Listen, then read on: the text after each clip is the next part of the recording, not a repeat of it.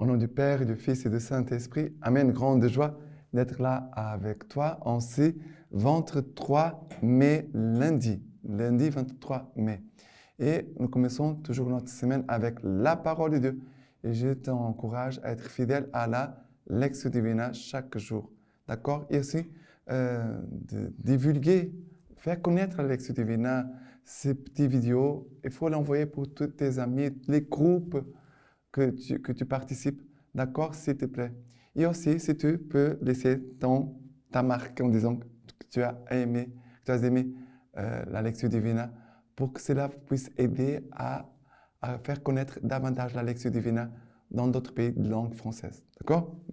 Merci.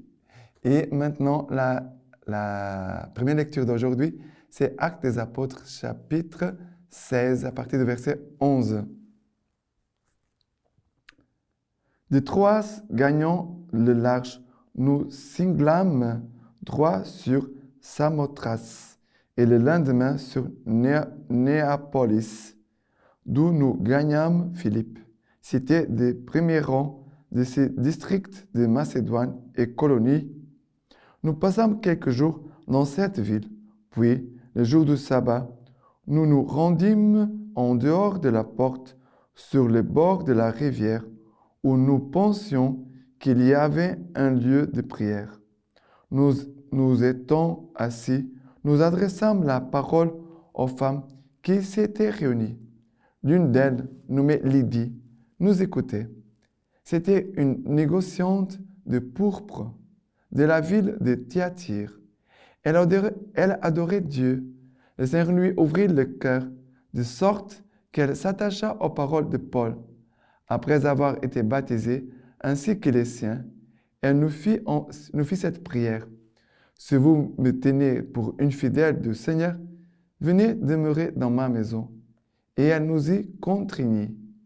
Lydie a obligé Paul et Silas de demeurer chez elle.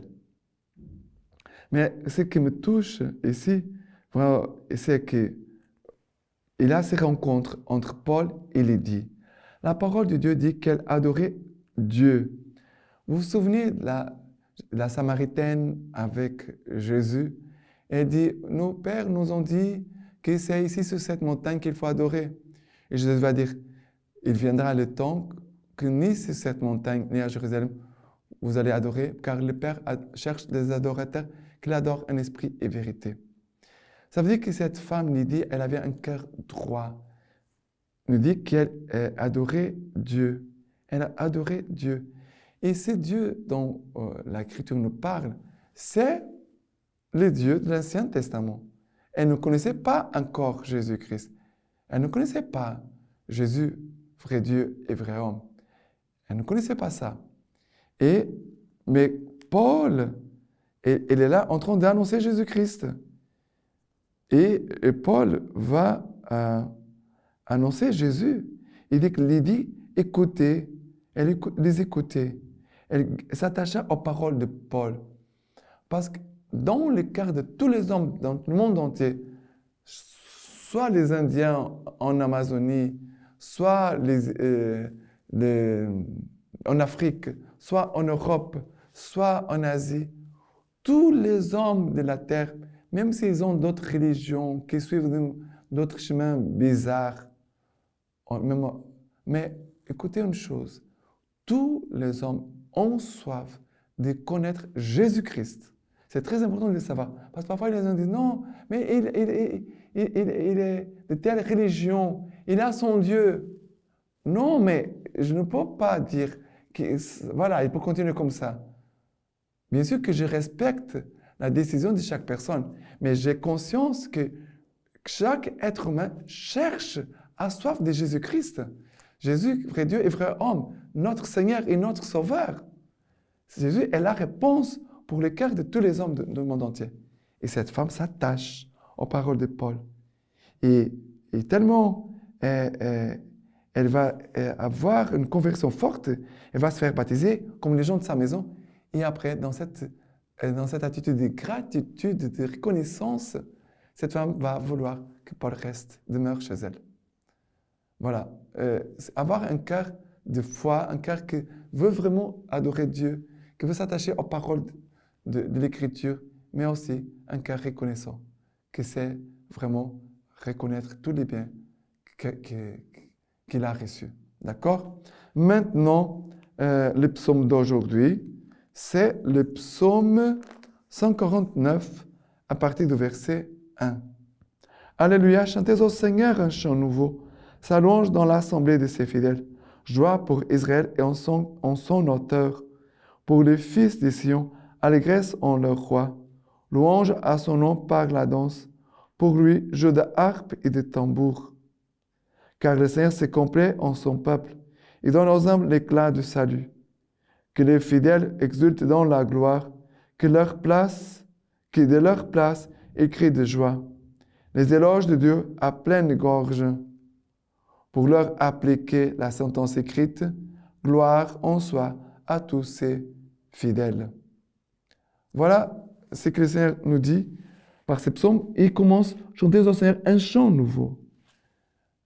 Vivre une conversion, faire un pas de plus envers Dieu, faire un pas de plus dans l'amour envers nos frères et sœurs, faire un pas de plus dans notre vie spirituelle, c'est d'avancer dans un cœur nouveau.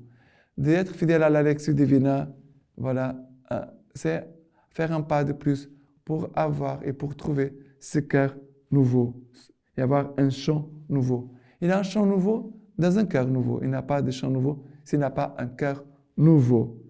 Et ici, nous voyons que le Seigneur, vraiment, il aime son peuple et donne aux humbles l'éclat de sa victoire. Le Seigneur, vraiment, nous aime et il donne aux humbles. Il nous aime à tous, mais aux humbles, le Seigneur manifeste sa victoire, son salut. Et après, que le Seigneur vraiment puisse faire sortir de notre bouche toujours des éloges de Dieu à pleine gorge. Ça veut dire que de notre bouche sortent que des paroles, des bénédictions, des paroles de louanges, des paroles d'action, de grâce, des paroles pour dire merci. Voilà. Et maintenant, l'évangile d'aujourd'hui, c'est Jean chapitre 15, à partir du verset 26. Lorsque viendra le Paraclet, que je vous enverrai d'auprès du Père, l'Esprit de vérité qui vient du Père, il me rendra témoignage. Mais vous aussi, vous témoignerez, parce que vous êtes avec moi depuis le commencement. Je vous ai dit cela pour vous éviter le scandale. On vous exclura des synagogues. Bien plus, l'heure vient où quiconque vous tuera pensera rendre un culte à Dieu. Et cela, ils le feront, pour n'avoir reconnu ni le Père, ni moi. Mais je vous ai dit cela, pour qu'une fois leur heure venue, vous vous rappeliez que je vous l'ai dit. Ici, Jésus, il prépare nos cœurs pour célébrer Pentecôte. On va célébrer bientôt Pentecôte. Et vraiment, le Seigneur veut nous faire désirer l'Esprit Saint. L'Esprit Saint, il viendra dans un cœur qui le désire, dans un cœur qui est disponible pour lui. Sinon, l'Esprit Saint ne viendra pas. Il faut vraiment ce cœur humble dont tu parlais de psaume tout à l'heure, mais aussi ce cœur plein de soif, de foi, de confiance en l'Esprit Saint, en disant, Esprit Saint, j'ai besoin de toi. Sans toi, je ne peux rien faire. Viens au secours de ma faiblesse. Aide-moi à mieux correspondre à la volonté de Dieu et à faire grandir le royaume de Dieu sur cette terre. Si tu fais cela, ta vie avance. Si tu fais cela, ta vie avance. Et après, Jésus va nous rappeler que l'heure viendra où les gens vont nous persécuter, vont nous faire du mal. Et Jésus va dire, mais ils vont faire cela en pensant qu'ils sont en train de glorifier Dieu. Ça veut dire qu'ils vont commettre des péchés graves, vont tuer des personnes en disant que cela c'est un culte offert à Dieu.